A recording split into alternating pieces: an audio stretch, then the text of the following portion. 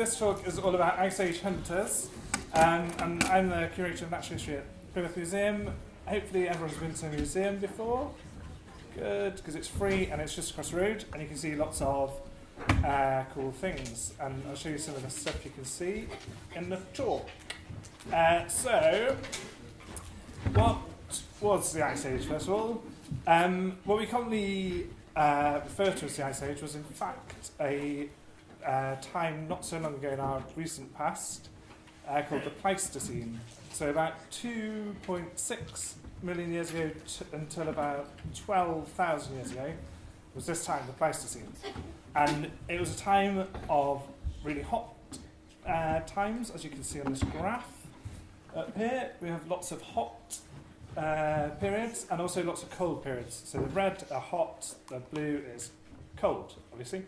So, for example, about 120,000 years ago, or is that about 12,000 years ago rather, it was quite cold. And since then, it's got warmer and warmer and warmer today. So, as you go back in time, you can see the hot times and the cold times. And the hot times were called interglacial periods.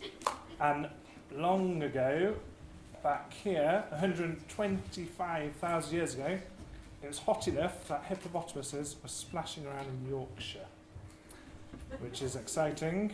The gasps from you guys, amazing. And the cold periods, anyone know what the cold periods are called? If the warm periods are interglacials, the cold periods are, Ice ages. Ice ages, well done.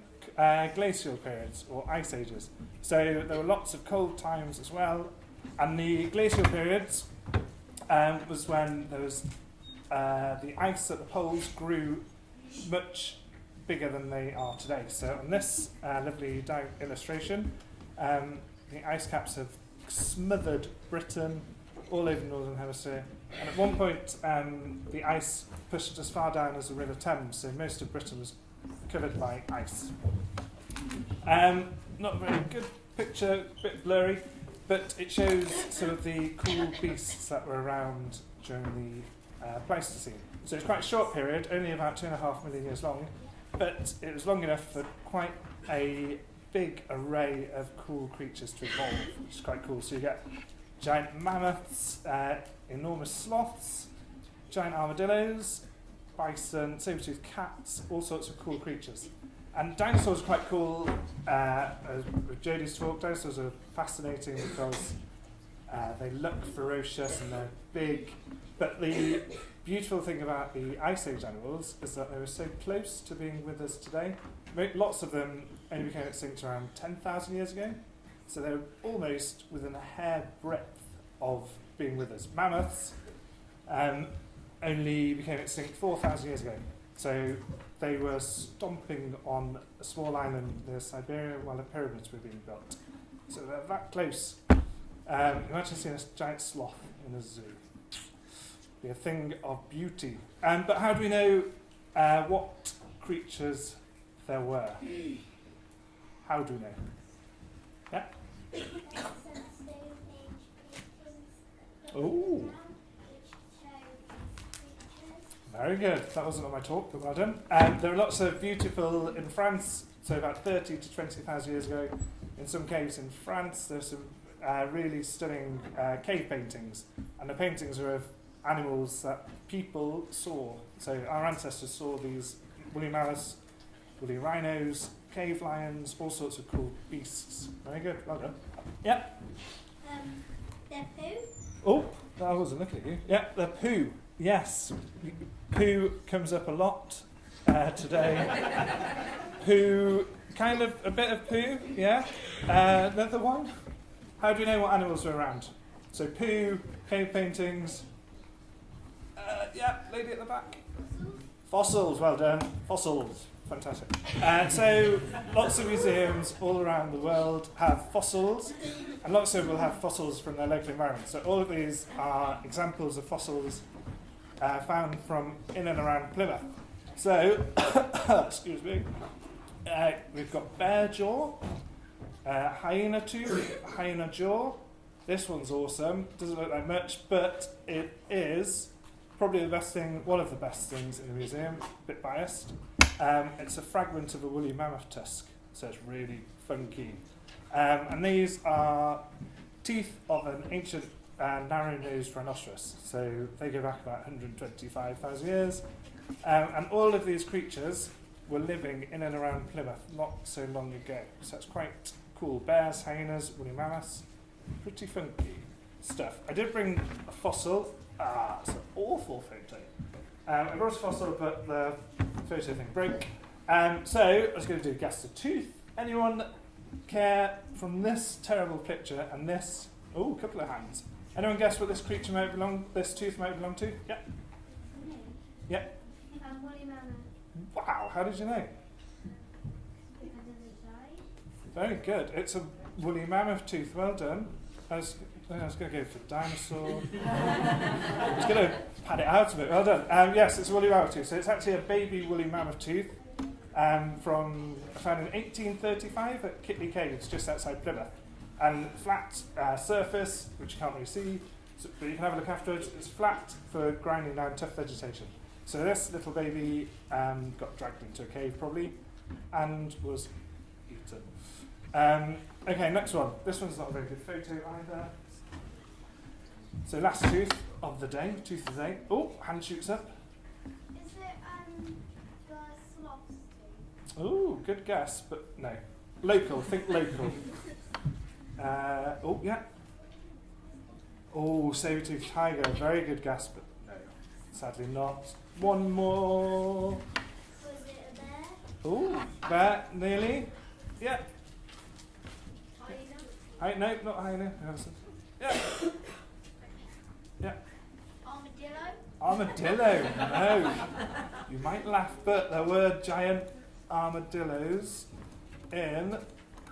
Go back. There's one.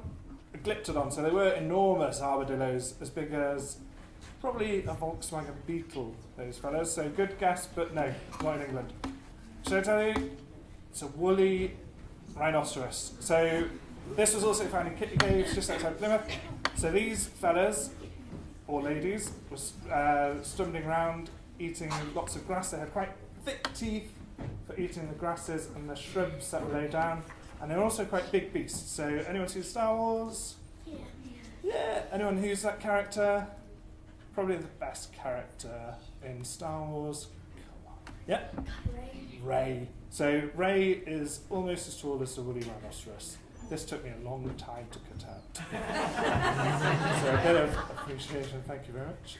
So we can tell quite a lot from the fossil that we find all over the world. So in the Americas, there were some quite wonderful creatures, including these weird long-nosed llama-type animals. Charles Darwin actually sent the first fossils of these creatures back to England back in the 1830s. There were also giant sloths, or sloths, as my mother-in-law says. She would thank me for that. And these were giants. These were halfway up the wooden grates there. So these were really big beasts. And they had big claws as well. So recently, in the last 10 years, they found big tunnels in South America. And there's scratches on the sides and roofs of the tunnels, and it looks like the giant sloths were digging tunnels, but no one knows what for. There were also these weird, very odd-looking animals, Toxodon, which is quite big as this chap in the hat, cowboy hat. And Toxodon was first discovered by Charles Darwin again, and he spent 18 pence buying a skull, and then he sent it back to England. So that's 18 pence well spent, I think. There were also camels, horses, loads of creatures. The glyptodonts, the giant armadillos. What else have we got? Mastodons, Columbian mammoths. So lots of big things. And with lots of big herbivores, what do you get with them? Yeah. Yes, I don't know where that voice came from, but well done. Lots of carnivores. So you also get lots of carnivores. And this, everyone's heard of Smilodon? Yes, well done. One person has heard of Smilodon.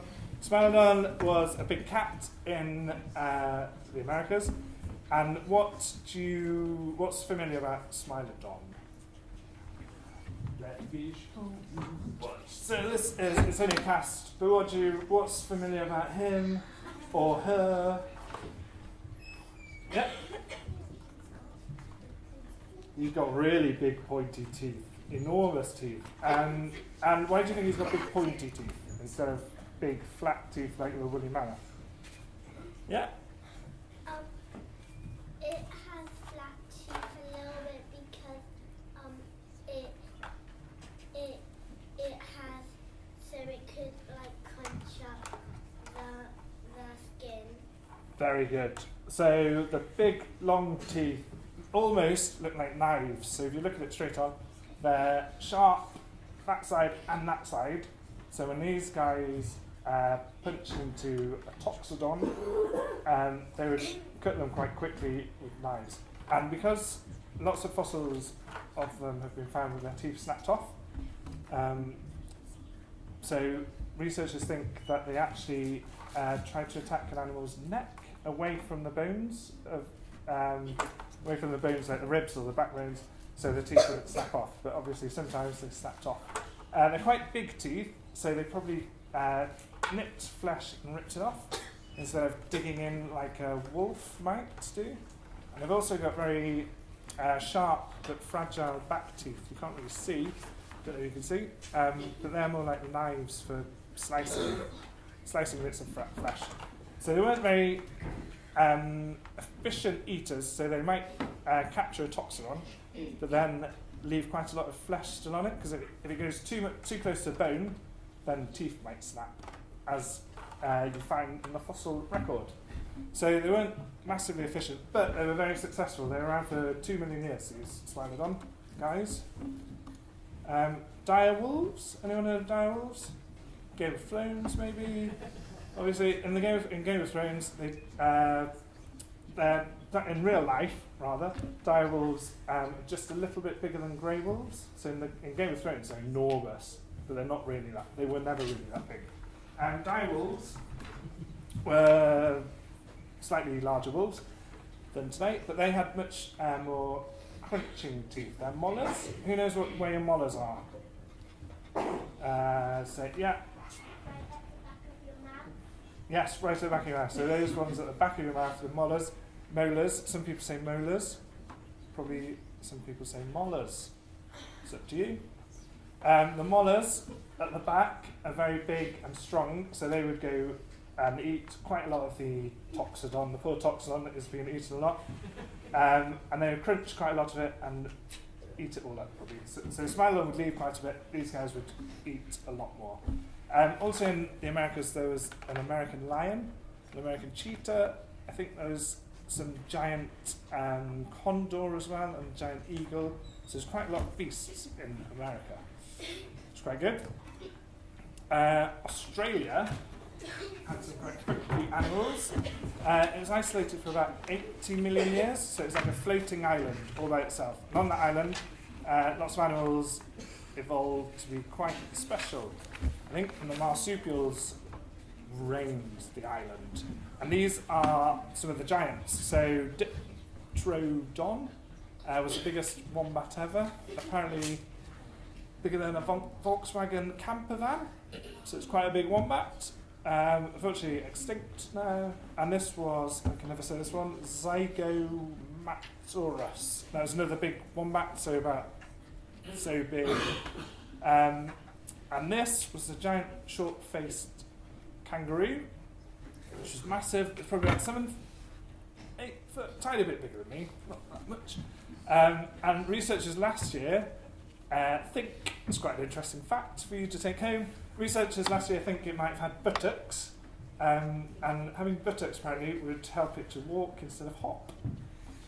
So if you take anything away from today, a giant kangaroo with buttocks that walked. So there's also lots of carnivores around eating these giant herbivores. And this was Megalania. So this was the largest lizard to have walked on land. And it's just like a giant Komodo dragon. So it's probably about 7 meters long, which would be longer than this. Probably as long as 2 black caps next to each other, so it's a pretty long lizard. Anyone got any lizards as a pet? Really? No. Go high pitch.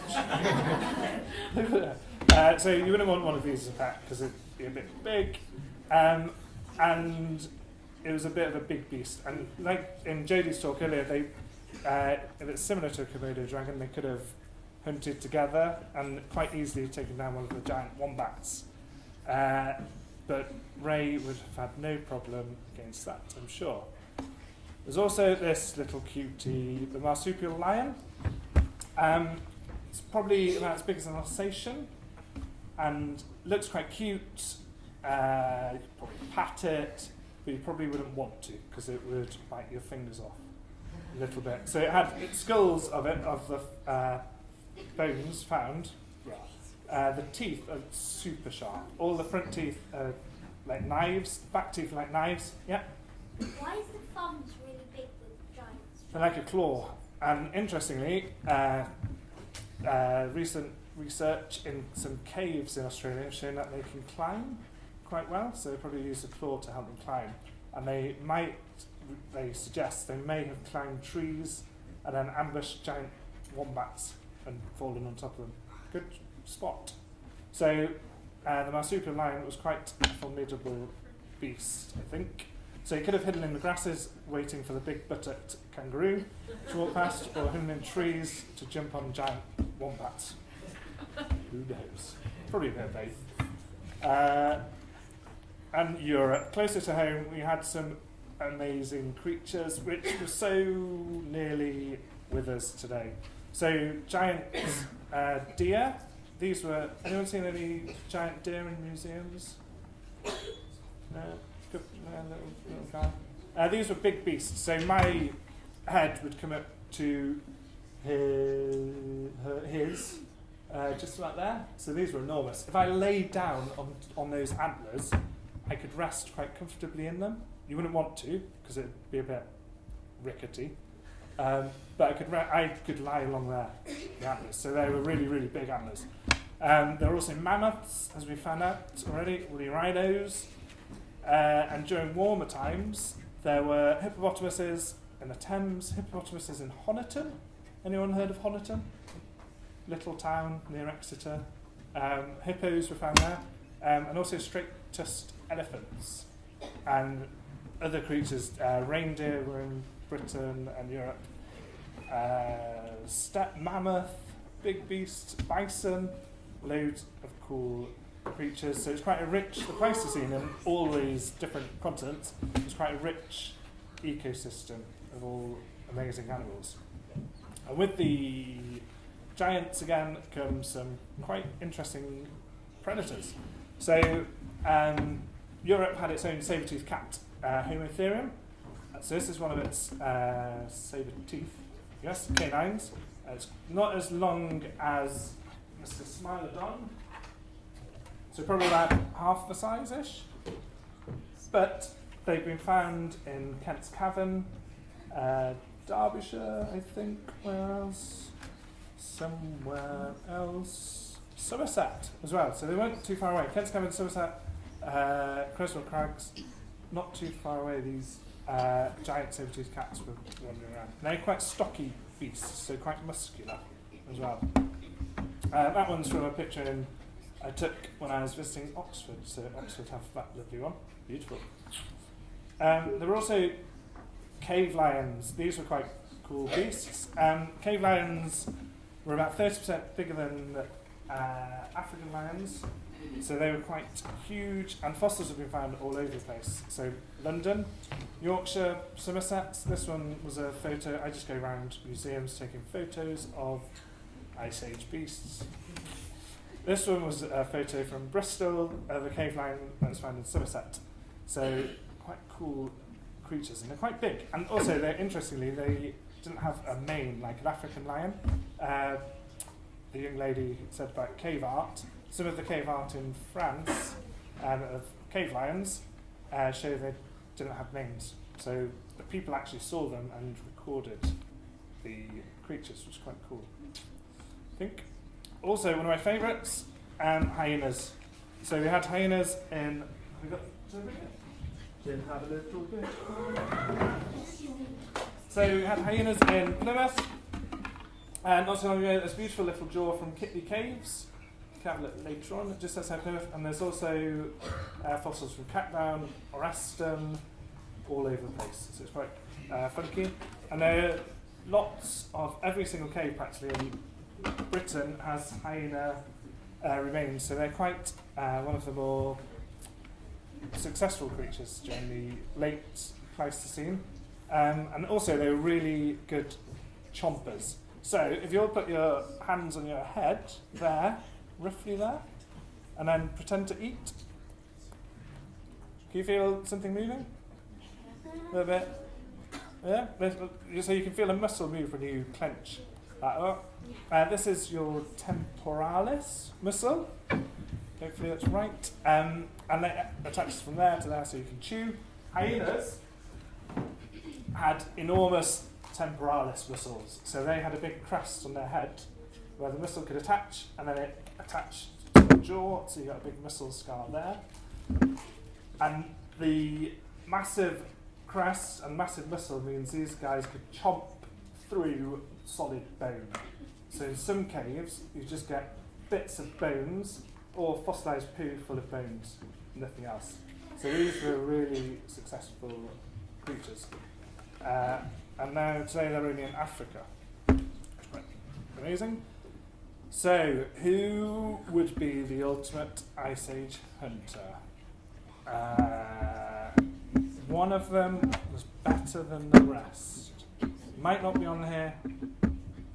Who do you think? Oh, couple of hands. Yeah. Go on. No? Forgot? Yeah. No? Yeah. No. Marsupial lion, no. He's a good hunter. Who's the best? Might not be on here. Not all the hunters are on here. Or we might not have seen it yet. Trick question. Yes? The lizard. The lizard was a good hunter, but not the best. There's a better one. It might be closer to home than we think. Yeah? The hyena. The hyena, my favourite, but sadly not the greatest. Shall I tell you? Go on, one last one. A bear. We haven't done cave bears. Cave bears were quite cool, but not the ultimate hunter. Go on. Go on next to that one. Saber-toothed cats, they were cool, but the real, sadly the real winner. Well done. Who said that? Humans.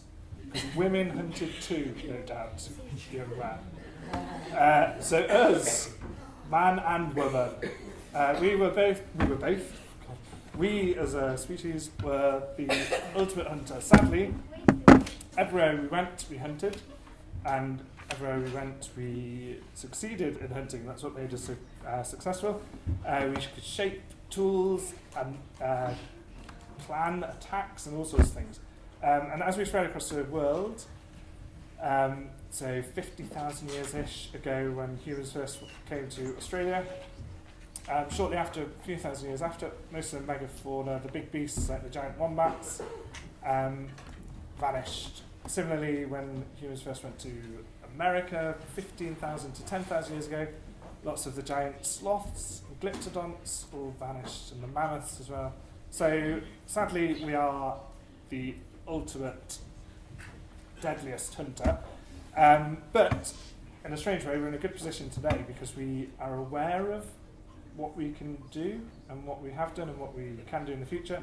So in a good way, we can help stop species from vanishing. So many species have vanished recently.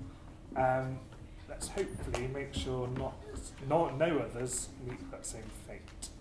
So, on that note, if you're interested in Ice Age creatures, there's a nice blog called Twilight Beasts. So have a quick look on there. And there's Twitter, so Museum Twilight Beasts for me.